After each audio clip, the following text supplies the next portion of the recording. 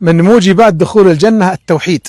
جاء أعرابي للنبي صلى الله عليه وسلم قال: يا رسول الله، ما الموجبتان؟ قال: من مات لا يشرك بالله شيئا دخل الجنة، ومن مات يشرك بالله شيئا دخل النار. والله يقول جل وعلا: إن الله لا يغفر أن يشرك به ويغفر ما دون ذلك لمن يشاء.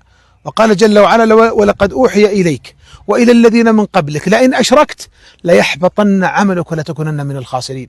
يا أخي الغالي، كيف تسمع هذه الآيات وهذه الأحاديث وأنت تدعو وتطلب المدد وشفاء المريض من الأموات، من الأنبياء والصالحين والصحابة.